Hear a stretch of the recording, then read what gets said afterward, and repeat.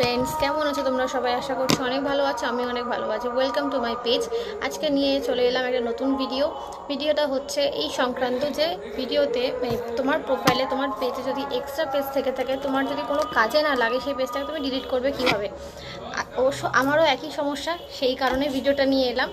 তো আমার প্রোফাইলে অলরেডি 4টে এক্সট্রা পেজ পড়ে রয়েছে। বহু ধরে নাও 2-3 বছর আগে আমি পেজগুলো ক্রিয়েট করেছিলাম, কিছু একটা চিন্তা করে যে করবো বা পেজটাকে চালাবো। বাট এখন এই মুহূর্তে চিন্তা তো নিয়েছি, সেগুলো আমি আর ব্যবহার করছি না, আর বেকার পড়ে রয়েছে, আর এখন ব্যবহার করবো না। আমি নতুন একটা খুলবো। তো নতুন খুলতে গেলে আমি চাইছি পুরোনোগুলোকে ডিলিট করব। তো ইউটিউবে তো বহু ধরনের ভিডিও থাকে না, ইউটিউবে ওগুলো দেখলে না মাথাটা পুরো ঘেটে যায় রীতিমতো। অন্তত আমার তো সেম প্রবলেমই হয়। তাই আমি নিজে থেকে ঘেটে ঘেটে বের করার চেষ্টা করেছি, ইনফ্যাক্ট পেরেওছি। তো আমিও চাইছি যে এই ভিডিওটা তোমাদের সাথে শেয়ার করতে।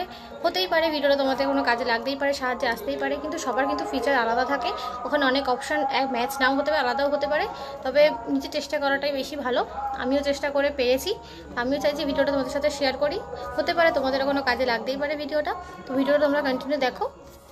তো যেমনটা বললাম, প্রথমে ফেসবুকটাকে ওপেন করবে, দেন থ্রিলে যে লাইনটা থাকে ডান দিকে সেখানে ক্লিক করবে, দেন নিচে যে অ্যারোটা আছে সেটাতে ক্লিক করবে। তারপর তোমরা তোমাদের যে পেজটাকে ডিলিট করছে সেটা সিলেক্ট করবে, দেন সুইচ করে সেখানে চলে যাবে।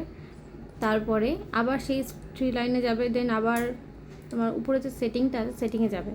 সেটিংয়ে যাওয়ার পর স্ক্রল করে নিচে আসবে, ইওর ইনফরমেশনে আছে অ্যাক্সেস অ্যান্ড কন্ট্রোল, এইটাকে সিলেক্ট করবে। তারপর এরকম একটা পেজ ওপেন হবে যেখানে ডিঅ্যাক্টিভেশন অ্যান্ড ডিলিটেশন লেখা থাকবে।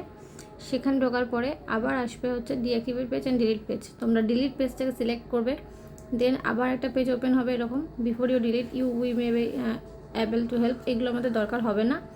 কন্টিনিউ করার পর আবার এরকম একটা পেজ হবে, সেটা কন্টিনিউ করবে। দেন এখানে আসবে, এখানে সাধারণত তোমাদের ফেসবুকের পাসওয়ার্ডটা যাবে, পাসওয়ার্ডটা দেওয়ার পর এখানে কনফার্ম করবে, মানে কন্টিনিউ করবে। কন্টিনিউ করার পর এখানে যে আসবে যে তুমি যে পেজটাকে ডিলিট করছো সেটা তোমার শো করবে উপরে নামটা, সেটা সিলেক্ট করবে। দেন আবার এটাকে সিলেক্ট করবে, হচ্ছে ডিলিট করার লাস্ট স্টেপ। আর এখানে লেখা থাকবে হচ্ছে যে তুমি যদি চাও 30 দিনের মধ্যে পেজটাকে আবার লগ ইন করতে, তাহলে লগ ইন করতে পারো। অনলি তোমার কাছে 30 দিনই সময় থাকবে। 30 দিন পেরিয়ে গেলে তুমি পেজটাকে লগ ইন করতে পারবে না।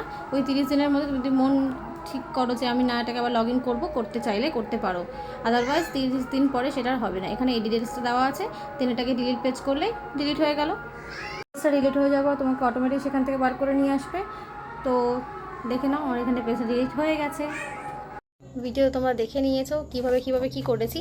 আশা করি বুঝতে খুব একটা প্রবলেম হবে না। যদি কোনো প্রবলেম হয় অবশ্যই কমেন্ট করতে ভুলো না, সেখানে আমি রিপ্লাই দিয়ে তোমাদের বাদবাকিটা বুঝিয়ে দেওয়ার চেষ্টা করব।